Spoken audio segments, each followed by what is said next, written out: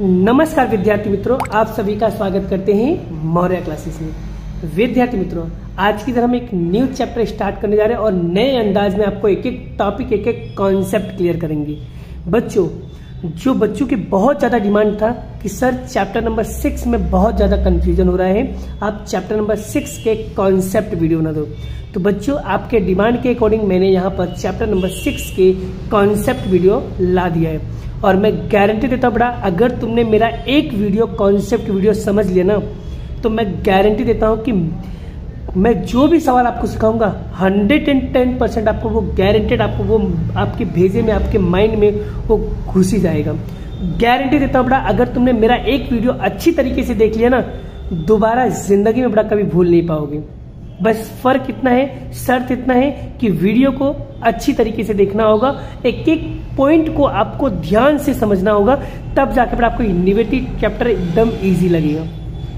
मैं सच कहता हूं बेटा, आपको विश्वास दिलाता हूं कि मैं जो भी टॉपिक आपको समझाऊंगा एक ही बार में आपका पूरा कॉन्सेप्ट क्लियर हो जाएगा।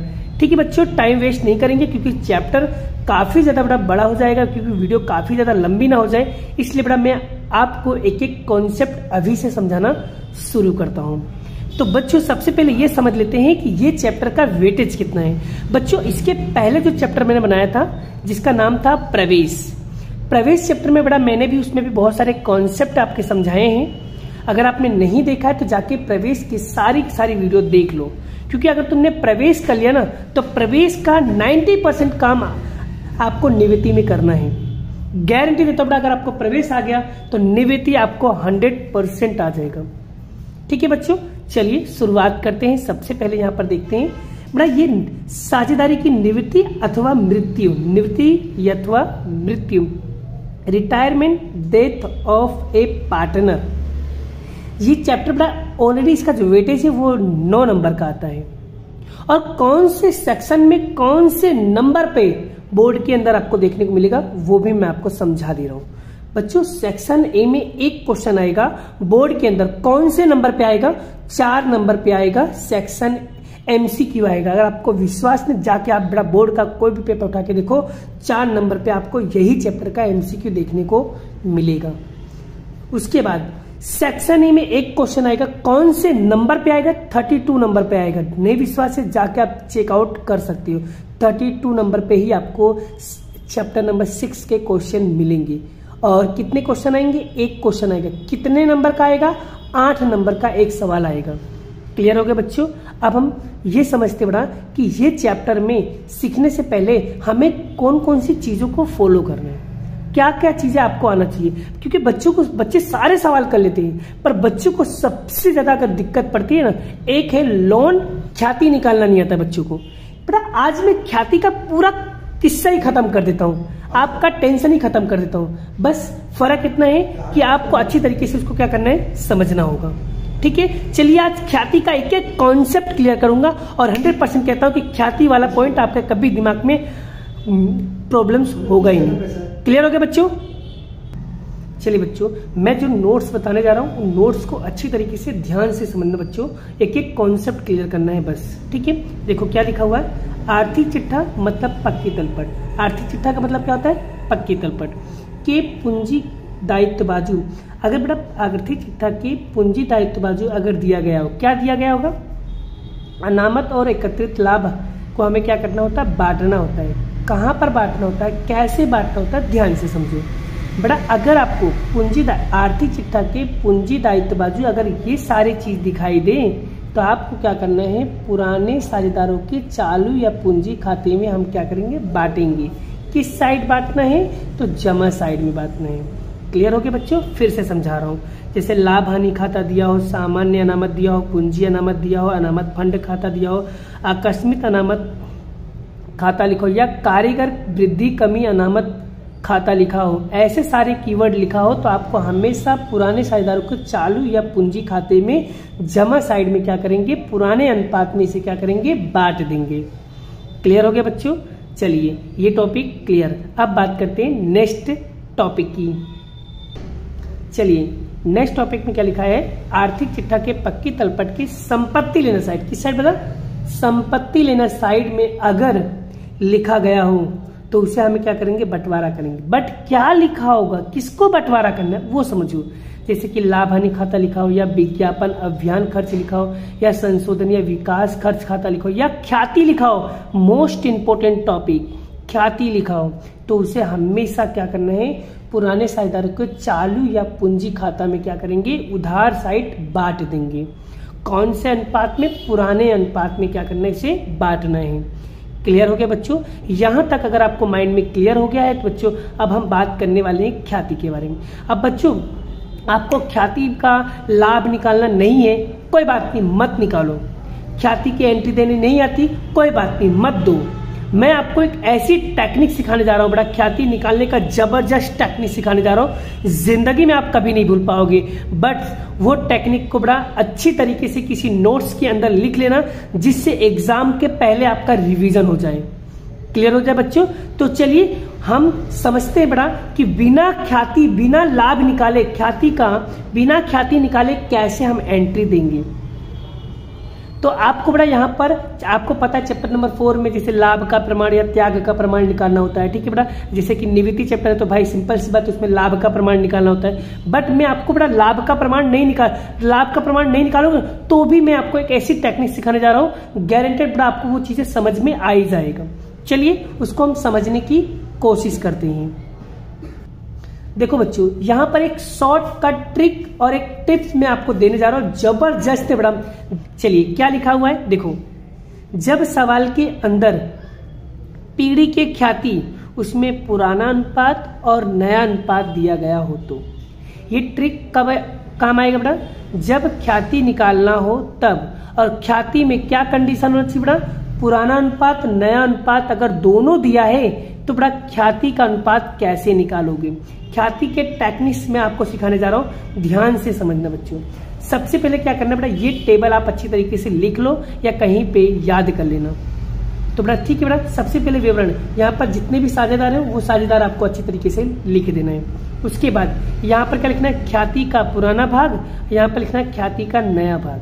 अब बच्चों पुराना भाग होगा तो क्या करना है, प्लस प्लस प्लस, और नया भाग होगा तो क्या करेंगे, माइनस माइनस। ठीक है, क्लियर हो गया बच्चों? और बात करते हैं अगर इसका उत्तर कैसे आएगा, याद रखना बच्चों, अगर उत्तर आपका दोनों माइनस में आता है तो आपको क्या करना है, उधार लिखना है। अगर दोनों उत्तर माइनस में आता है तो आपको क्या करना है, उधार लिखना है। अगर प्लस में आता है तो आपको क्या करना है, जमा करना है। बट ये चीजें अभी जल्दी से समझ में नहीं आएगा, लेकिन जब मैं प्रैक्टिकल सवाल करूंगा तब आपको ये टॉपिक बहुत अच्छी तरीके से समझ में आ जाएगा। इसे आप कहीं नोट में अच्छी तरीके से लिख लो, ठीक है। तो आपको बड़ा लाभ का प्रमाण निकालने की जरूरत नहीं, बड़ा आप इसी फॉर्मेट से गारंटेड हर एक सवाल को सॉल्व कर पाओगे और कभी भी आपको प्रॉब्लम नहीं होगी। क्लियर हो गया बच्चों? बोलो यहां तक क्लियर? चलिए अब एक प्रैक्टिकल सवाल लेकर मैं आपको समझाने की कोशिश करता हूं और आपके पूरे कॉन्सेप्ट को क्लियर करता हूं। ठीक है बच्चों, चलिए एक सवाल लेकर मैं आपको समझाने की कोशिश करता हूं। सवाल चालू करने से पहले ये पता कर लो बेटा कि कितने खाते बनाने हैं और कौन कौन से खाते बनाने हैं। सबसे पहले बच्चों आपको क्या बनाना है, पूंजी खाता। पूंजी खाता कैसे बनता है, फॉर्मेट आप देख सकते हो। उसके बाद आपको क्या बनाना है, ध्यान दीजिए।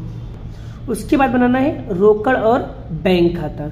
रोकड़ बैंक खाता बन जाए बेटा, उसके बाद आपको क्या बनाना है, उसके बाद बनाना है पुनः मूल्यांकन खाता। पुनः मूल्यांकन खाता बन जाने के बाद बच्चों आपको क्या बनाना है, आपको बनाना है यहाँ पर आर्थिक चिट्ठा, जिसे कहते हैं पक्की तलपट। क्लियर? यहाँ पर लिखेंगे पूंजी दायित्व, रकम, संपत्ति लेना और रकम। बोलो बच्चों यहाँ तक क्लियर हो गया? चलिए अब एक सवाल को सॉल्व करते हैं। चलिए बच्चों अब देखो यहाँ पर सबसे पहले हम क्या करेंगे, क्वेश्चन को अच्छी तरीके से पढ़ेंगे। और एक चीज और बता दो बच्चों, जिन जिन चीजों पे मैंने हाईलाइट किया उस पर आपको ज्यादा फोकस करना है।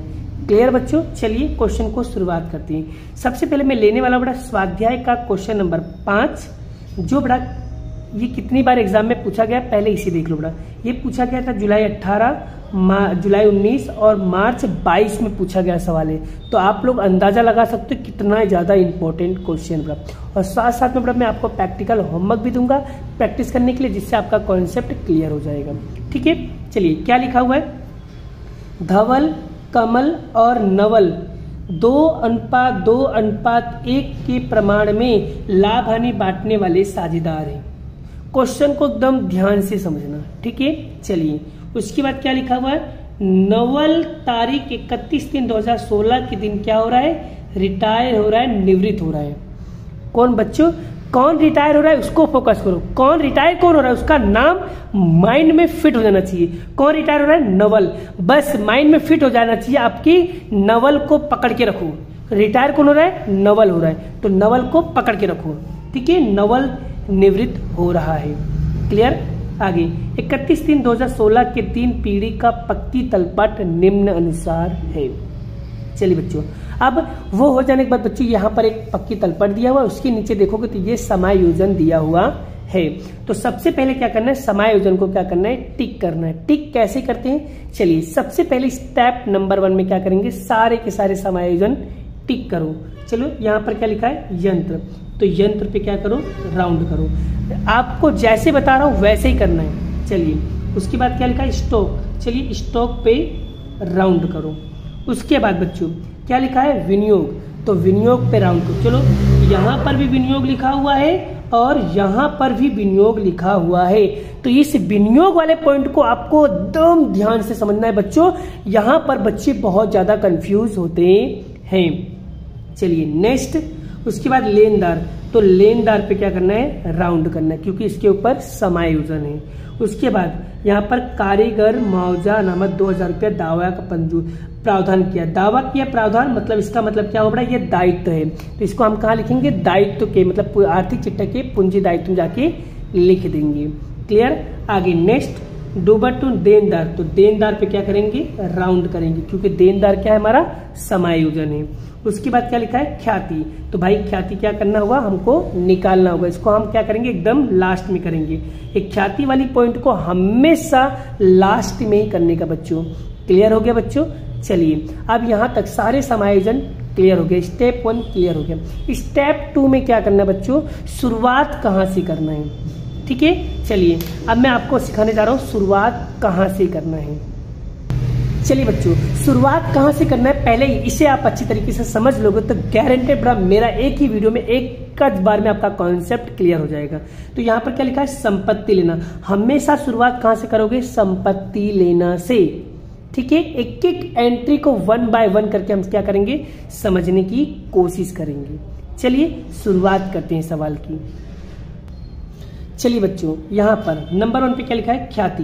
बच्चों मैंने अभी बताया था जब संपत्ति लेना साइड बड़ा अगर ख्याति लिखा है, जैसे कि यहाँ पर देखिए मैंने लिखा था आर्थिक चिट्ठा के पक्की तलपट में संपत्ति लेना साइड अगर लिखा हो, जैसे मान लो यहाँ पर लिखा हुआ ख्याति, तो हम इसको क्या करेंगे, पुराने साझेदारों को चालू या पूंजी खाते में पुराने अनुपात में उधार साइड जाके हम क्या करेंगे, बांट देंगे।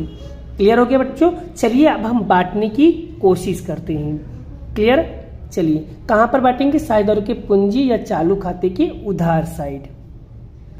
चलिए बच्चों देखो यहाँ पर मैंने ख्याति खाता लिखा है, तो ख्याति कितना दिया है, 10,000 दिया है। तो बेटा इसको कौन से अनुपात में बांटेंगे, पुराने अनुपात में। क्या लिखा हुआ है, धवल, कमल और नवल, कितना लिखा है, 2:2:1।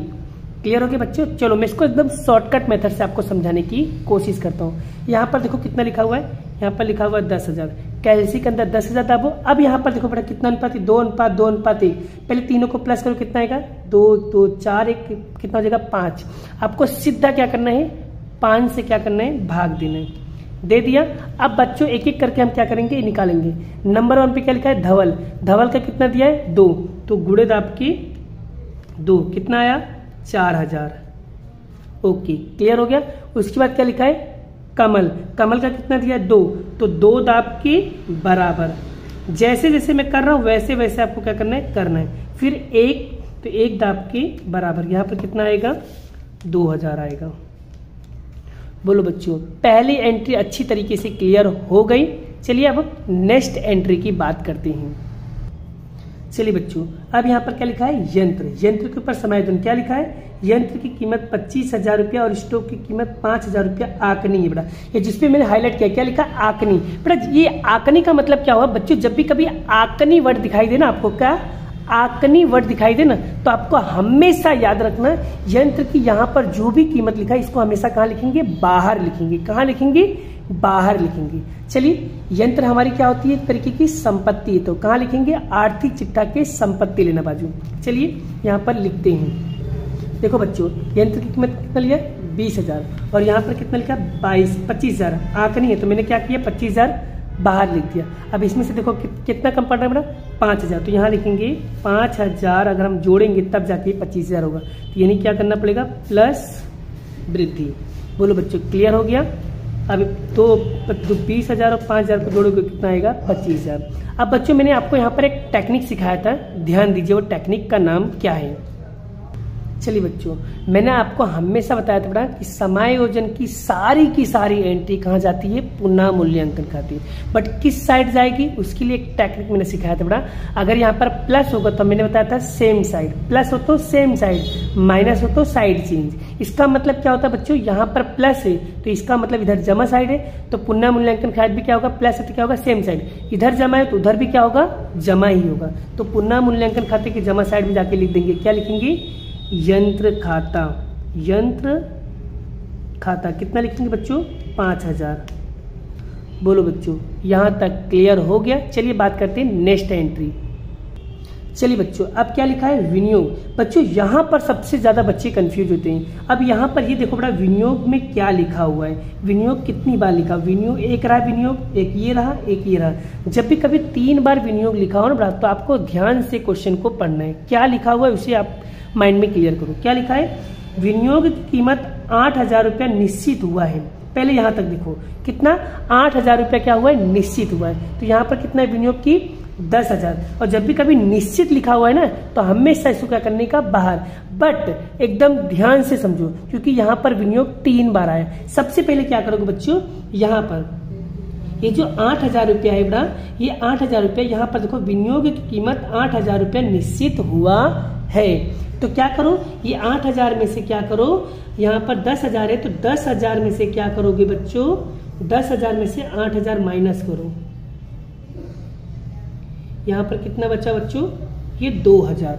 अब इस 2,000 को देखो, यहाँ पर क्या लिखा है, विनियोग कमी वृद्धि। ये जो 2,000 रुपया बच गया ना बच्चों, इसको अभी क्या करना है, यहाँ पर कितना लिखा हुआ है, 2,500। तो 2,500 में से क्या करना है बच्चों, तो यहाँ पर 2,000 जो बचा हुआ है ना, ये 2,000 2,500 में से 2,000 क्या करना है, माइनस करना है। तो यहाँ पर कितना बचेगा, 500। कितना बचेगा, ये 500। अब इस 500 को क्या करना है, हमें क्या करना है, विनियोग कमी वृद्धि को साझेदार के पूंजी दायित्व बाजू जमा साइड में जाके क्या करना है, पुराने अनुपात में बांट देना है। क्लियर हो गया बच्चों। चलिए हम इसको बांटने की कोशिश करते हैं। क्लियर बच्चों। देखिए बच्चे, विनियोग कमी वृद्धि यहाँ पर कितना लिखा है, 500। तो 500 है तो भाई यहाँ पर पूंजी दायित्व, तो भाई इसको जमा साइड बांटेंगे, क्योंकि पूंजी दायित्व हमेशा एंट्री कहाँ आती है, जमा में आती है। लिख दिया। अब ये 500 रुपये को हम क्या करने, पुराने अनुपात में बांटेंगे। पुराना अनुपात कितना दिया, 2:2:1। अभी मैंने आपको शॉर्टकट तरीका बताया था, कितना है, 500 है ना, तो 500 भागे तो तीनों को जोड़ेंगे कितना आएगा, 5, भाग करेंगे 5। अब एक एक करके निकालेंगे, 2 है तो गुणे 2, तो यहाँ पर आ गया, एक का आ गया 200, फिर दूसरे का है तो ये दूसरे का भी कितना आएगा, 200, फिर 1 तो 1 दबाएं, कितना आएगा, 100। बोलो बच्चों, ये वाली एंट्री क्लियर हो गई। आगे देखिए बच्चे, इसके आगे क्या बोला है, इसी के आगे समझने की कोशिश करो। आगे क्या बोला है कि इस कीमत पर विनियोग नवल लेके जा रहा है। मतलब इस कीमत को, कौन सी कीमत को, ये जो 8,000 रुपया निश्चित हुआ है ना, इसे एक साझेदार लेकर जा रहा है। क्या, कौन लेके जा रहा है, नवल लेकर जा रहा है। तो नवल लेकर जा रहा है भाई, हमारा क्या हो गया, नुकसान। और नुकसान हमेशा कहाँ लिखते हैं, उधार। और कौन ले जा रहा है, नवल ले जा रहा है। तो किधर लिखेंगे, नवल के पूंजी खाता के उधार साइड। तो हम क्या करेंगे, साझेदार के पूंजी खाता के उधार साइड जाएंगे, यहाँ पर लिखेंगे नवल के पूंजी खाता। लेकिन यहाँ पर हम क्या लिखेंगे, कौन ले जा रहा है, नवल के खाने में लिखेंगे, क्या लिखेंगे, विनियोग, क्योंकि किसकी अमाउंट लेके जा रहा है, विनियोग की अमाउंट लेकर जा रहे हैं। और कौन से खाने में लिखेंगे, कौन लेके जा रहा है, नवल। तो नवल के खाने में कितना लिखेंगे, 8,000 रुपया, क्योंकि लेके कितना जा रहा है, 8,000 रुपया लेकर जा रहा है। ये बच्चा, ये क्वेश्चन बच्चों को बहुत ज्यादा तकलीफ होती है। आई होप आपको ये टॉपिक अच्छी तरीके से क्लियर हो गया। आपको ये एंट्री को ऐसे ही करना, कोई कैसा भी हो बड़ा, हमेशा याद रखना, इस टाइप की एंट्री आपको ऐसे ही करना है। क्लियर बच्चों। चलिए बच्चों, नेक्स्ट एंट्री की बात करते हैं। क्या लिखा है, देनदार। देनदार कितना लिखा है बेटा, 30,000। तो सब देनदार हमारी क्या है, संपत्ति। तो हम संपत्ति में लिखेंगे देनदार, कितना लिखेंगे 30,000। चलिए बच्चों, देनदार कितना लिखा 30,000, और यहाँ पर क्या बोला है, देनदारों पे 10% रखना है। तो चलिए 30,000 का 10% निकालो बच्चों। तो 30,000 का 10% कितना आया 3,000। तो यहाँ लिखेंगे 3,000, माइनस करो बच्चों, कितना आएगा 27,000। क्लियर हो गया बच्चों। अब इसकी दूसरी जो इफेक्ट होगी वो सारी, मैंने बताया था ना, समायोजन की जितनी भी इफेक्ट होगी वो कहाँ जाएगी, पुनः मूल्यांकन। तो बच्चों यहाँ पर क्या लिखा है, यहाँ पर लिखा है माइनस, माइनस है तो क्या होगा साइड चेंज। तो कहाँ पर जाएगा, पुनः मूल्यांकन खाते की उधार साइड। देखो बच्चों, डूबट और अनामत क्या लिखा है मैंने, न्यू माइनस ओल्ड। न्यू मतलब जो हमने अभी निकाला और ओल्ड मतलब यहाँ पर दिया होगा। चलिए डूबट और अनामत कितना दिया है 2,000, और न्यू हमने कितना निकाला, न्यू हमने निकाला यहाँ पर 3,000। तो हम क्या करेंगे, न्यू कितना निकाला, न्यू निकाला हमने यहाँ पर 3,000। तो यहाँ लिखेंगे 3,000, और ओल्ड कितना दिया है, ओल्ड दिया है डूबट और अनामत का 2,000। तो यहाँ लिखेंगे माइनस 2,000। तो 3,000 में से 2,000 माइनस करेंगे, कितना आएगा बच्चों, यहाँ पर आएगा 1,000। बोलो बच्चों, ये भी एंट्री क्लियर हो गई। चलिए अब बात करते हैं नेक्स्ट एंट्री की। चलिए यहाँ पर क्या लिखा है, स्टॉक, स्टॉक की अमाउंट कितना लिखा है 10,000, और यहाँ पर क्या लिखा है, स्टॉक की कीमत 5,000 रुपया आंकनी है। बच्चों मैंने अभी फिर बताया था, आंकनी है, जब ऐसा वर्ड दिखे तो आपको हमेशा ये वाली अमाउंट कहाँ लिखोगे, बाहर लिखोगे। तो स्टॉक हमारी क्या होती है बच्चों, स्टॉक होती है हमारी संपत्ति। ठीक है, चलिए लिखते हैं। देखो बच्चों, स्टॉक मैंने लिख दिया 10,000, अब बाहर लिखा मैंने 5,000। अब कितना कम पड़ रहा है, इसमें से माइनस करो। तो 10,000 में से 5,000 माइनस करो, कितना आएगा 5,000। मतलब 10,000 में से 5,000 माइनस करने पे 5,000। तो यहाँ पर लिखेंगे माइनस कमी। ठीक है, अब बच्चों मैंने अभी बताया था माइनस होगा तो क्या करेंगे, साइड चेंज। कहाँ जाएगा, पुनः मूल्यांकन खाते की उधार साइड। चलिए लिखते हैं, यहाँ पर लिख दिया पुनः मूल्यांकन खाते की उधार साइड कितना लिखेंगे, स्टॉक 5,000। बोलो बच्चों, क्लियर हो गया। चलिए अब बात करते हैं नेक्स्ट एंट्री। नेक्स्ट क्या लिखा है, रोकड़ बैंक। तो रोकड़ बैंक की एंट्री कहाँ जाती है, रोकड़ और बैंक खाते के उधार साइड क्या लिखेंगे, शेष आगे लाए। चलिए रोकड़ बैंक खाते की उधार साइड जाएंगे, क्या लिखेंगे, शेष आगे लाए, शेष आगे लाए। कितना है बच्चों, 5,000। बोलो बच्चों, ये भी एंट्री क्लियर हो गई, अच्छे से समझ में आ गया। चलिए अब बात करते हैं नेक्स्ट एंट्री। चलिए बच्चों देखो, अब देखो संपत्ति लेना की सारी एंट्री अच्छी तरीके से हो गई। अब हम बात हैं पूंजी दायित्व बाजू। तो पूंजी दायित्व में पहली एंट्री क्या लिखा है, पूंजी खाता। तो बच्चों पूंजी खाता की एंट्री कहाँ जाती है, साझेदारों की पूंजी। अब बड़ा याद रखना, पूंजी दायित्व की सारी एंट्री कहाँ जाएगी, जमा साइड। क्लियर हो गया। संपत्ति की हमेशा कहाँ जाती है, उधार साइड। तो पूंजी की कहाँ जाएगी, हमेशा के हमेशा कहाँ जाएगी, जमा में। तो चलिए, तो पूंजी कहाँ जाएगी, साझेदारों के पूंजी खाता की जमा साइड। तो क्या लिखेंगे यहाँ पर लिखेंगे शेष आगे लाए। क्या लिखेंगे, शेष आगे लाए। चलिए धवल का कितना लिखा है, धवल का लिखा है 30,000। चलिए नवल का कितना लिखा है, नवल का लिखा है 20,000। तो नवल के खाने में लिखेंगे 20,000। और कमल के खाने में कितना लिखा है 10,000। तो कमल के खाने में लिखेंगे 10,000।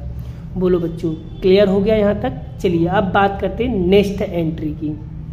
चलिए बच्चों, नेक्स्ट एंट्री क्या लिखा है, सामान्य अनामत। तो सामान्य अनामत अभी मैंने आपको बताया था बच्चों, सामान्य अनामत मैंने अभी हाल ही बताया था आपको कि अगर अनामत या एकत्रित लाभ पूंजी दायित्व बाजू दिखे, तो जैसे कि मान लो सामान्य अनामत हो गया, पूंजी अनामत हो गया, अनामत फंड हो गया, तो आपको हमेशा पुराने साझेदारों के चालू या पूंजी खाते में जमा साइड में पुराने अनुपात में क्या करना है, बांट देना है।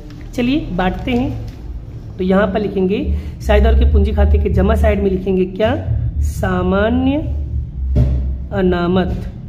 तो बड़ा यहाँ पर कितना लिखा है 5,000। कौन से अनुपात में बांटेंगे, 2:2। ये पुराना अनुपात है। कैसे बांटेंगे, चलिए शॉर्टकट टेक्निक से बताता हूँ। सबसे पहले क्या करो, कैलसी के अंदर दाबो 5,000 दाब दिया। यहाँ पर कितना है 2:2:2।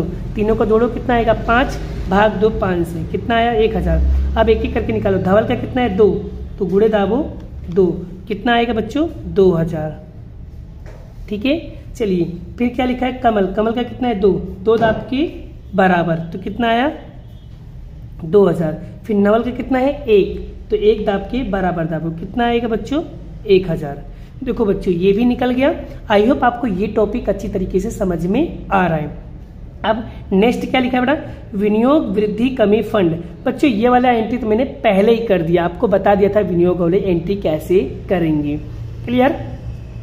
उसके बाद डूबा-टू अनामत। बच्चों डूबा-टू अनामत की भी एंट्री हमने पहले कर दिया। अब नेक्स्ट क्या लिखा है, लेनदार। तो बच्चों लेनदार के ऊपर भी क्या है, समायोजन है। ध्यान से इसे समझने की कोशिश करो।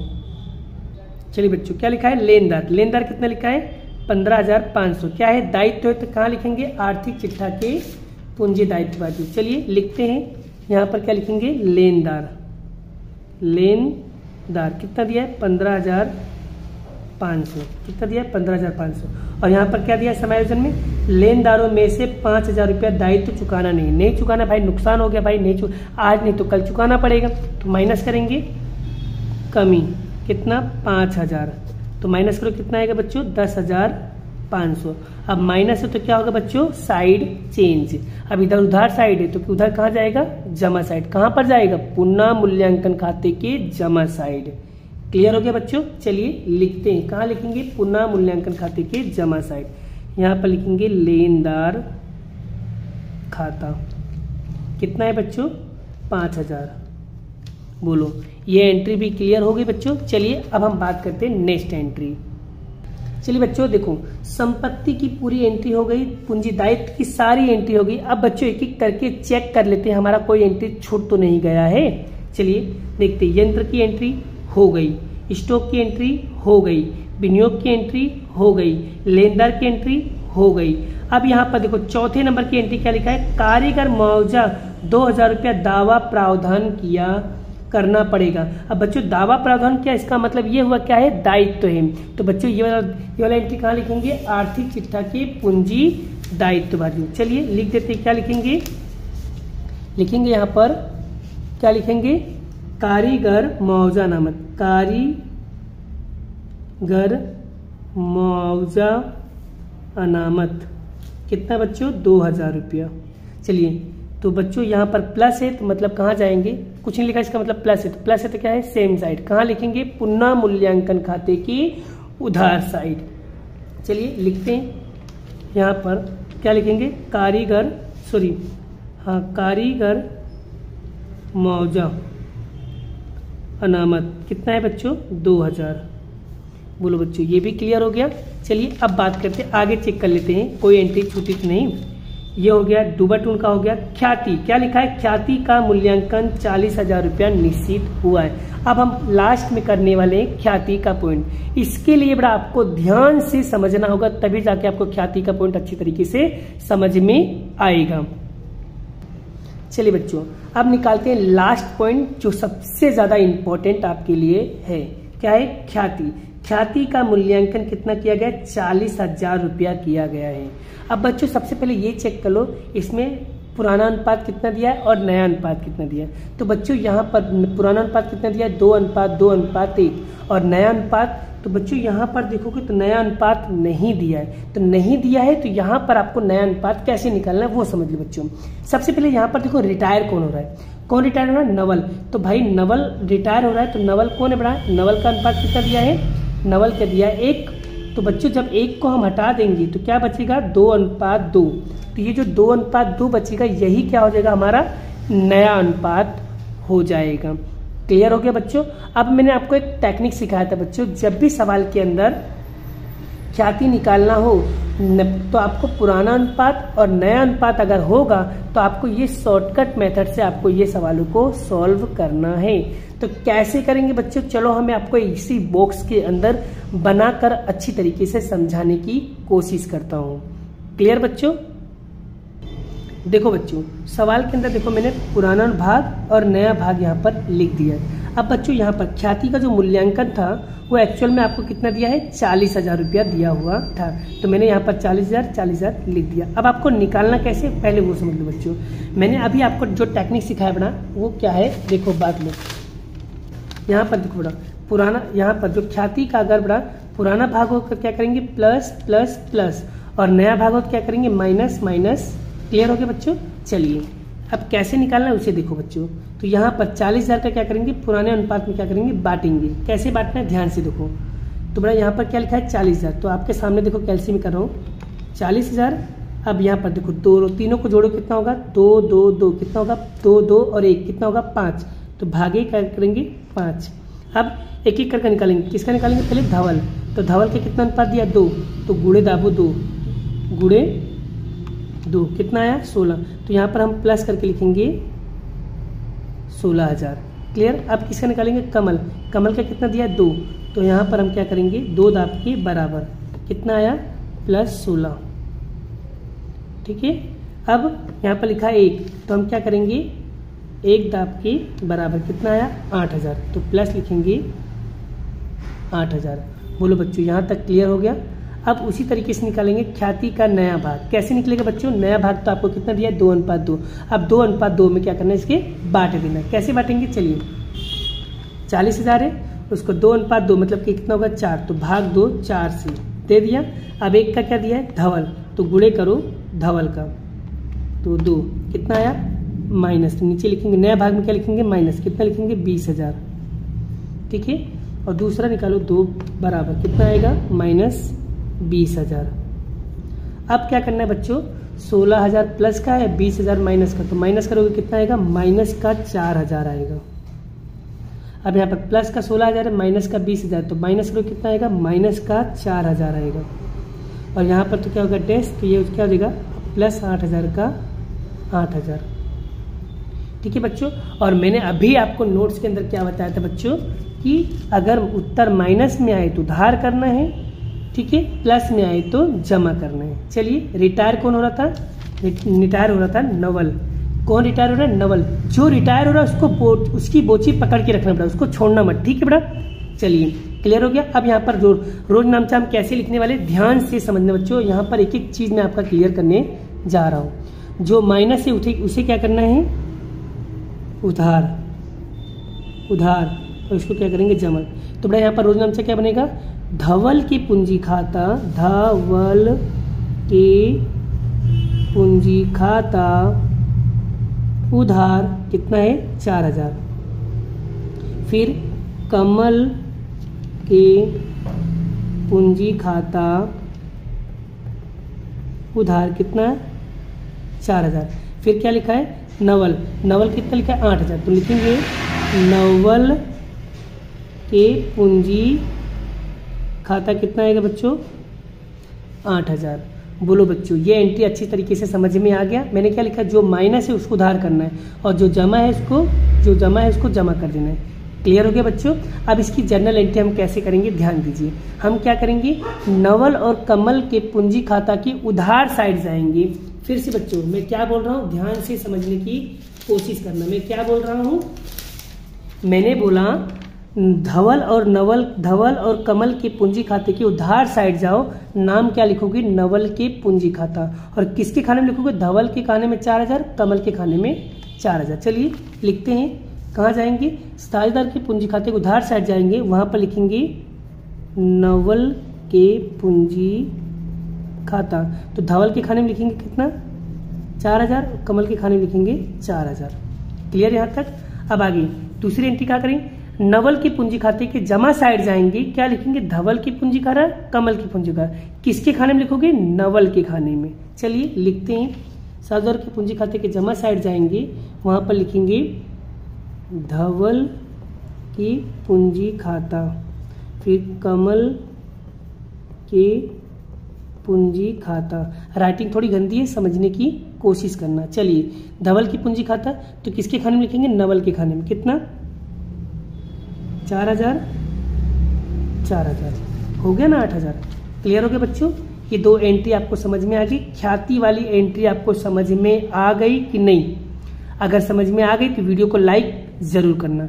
चलिए बच्चों सारी की सारी एंट्री हो गई। अब आपको क्या करना है फाइनली टोटल मानना है, और जो रिटायर हो रहा है उसको हमें क्या करना है उसके बाद उसको जो रिटायर हो रहा है उसकी अमाउंट को आपको लोन खाते लिखना रहेगा। चलिए कैसे लिखना है किस तरीके से करना है समझने की कोशिश करते हैं। सबसे पहले टोटल किसका मारेंगे पुनः मूल्यांकन खाते का। चलिए बच्चों पुनः मूल्यांकन खाते टोटल सबसे पहले जमा साइड का टोटल मारो कितना आएगा बच्चों 10,000। तो यहाँ लिखेंगे 10,000, इधर भी लिखेंगे 10,000। अब बच्चों 10,000 में से इन सभी को माइनस करो तो कितना आएगा बच्चों, यहाँ पर आएगा 2,000। अभी इस 2,000 को क्या करेंगे, पुराने साझेदारों में क्या करेंगे, बांटेंगे। पुराने साझेदार पूंजी खाता, क्या नाम है उनका, उनका नाम है धवल, कमल और नवल। चलिए क्या दिया है, 2:2:1 दिया है। चलो 2,000 को 2:2:1 में बांटो, कितना आएगा बच्चों, यहाँ पर आएगा 800 और 200 आएगा, सॉरी 400 आएगा। बांटना तो आता है बच्चों, अभी मैंने आपको बहुत सारे बांटने वाला सवाल सिखा दिया। तो 2,000 को पुराने अनुपात में कैसे बांटोगे, 2:2:1 में बांटना। तो कितना आएगा, 8,000 8,000 8,000। अब बड़ा इसकी पुनः मूल्यांकन खाते की दूसरी एंट्री कहाँ जाएगी, तो साझेदारी की पूंजी खाते के जमा साइड में लिखिए। यहाँ उधार है तो वहां पर क्या लिखेंगे, जमा साइड में क्या लिखेंगे, पुनः मूल्यांकन खाता। चलिए लिखने की कोशिश करते हैं। देखो बच्चों लिख दिया, पुनः मूल्यांकन खाता कितना, 800 800 400। बच्चों अब यहाँ तक हो गया। अब बच्चों यहाँ पर सबसे पहले अब पूंजी खाता का टोटल तो मारना है, बट सबसे पहले टोटल मारना किसका है, तो ये चीजें आपको बता दे रहा हूँ फिर से। सबसे पहले टोटल आपको मानना है बच्चों जो रिटायर हो रहा है। रिटायर कौन हो रहा है, रिटायर हो रहा है नवल। तो देखो मैंने यहाँ पर हाईलाइट किया है, कौन रिटायर हो रहा है, नवल हो रहा है। तो सबसे पहले टोटल किसका मारा जाएगा, नवल का टोटल मारा जाएगा। क्लियर बच्चों, चलिए सबसे पहले हम क्या करेंगे, नवल का टोटल मारते हैं। चलो बच्चों सबसे पहले नवल का टोटल मारो। तो नवल का टोटल मारा तो ज्यादा किस साइड है, इस साइड, जमा साइड का ज्यादा आ रहा है। कितना आ रहा है बच्चों, 19,500। यहाँ लिखेंगे 19,500। अब 19,500 में से बच्चों इन दोनों को माइनस करो, कितना आएगा बच्चों, यहाँ पर आने वाला है 9,500। तो बच्चों जो रिटायर होना ना, पहले आपको उसका टोटल मानना है। ये जो आंसर आएगा बच्चों इसको हम क्या लिखेंगे, तो रिटायर कौन हो रहा है, नवल। तो हम इसको लोन खाते लिखेंगे। कैसे, तो यहाँ पर लिखेंगे कौन रिटायर हो रहा है, नवल। तो यहाँ पर लिखेंगे नवल के लोन खाता।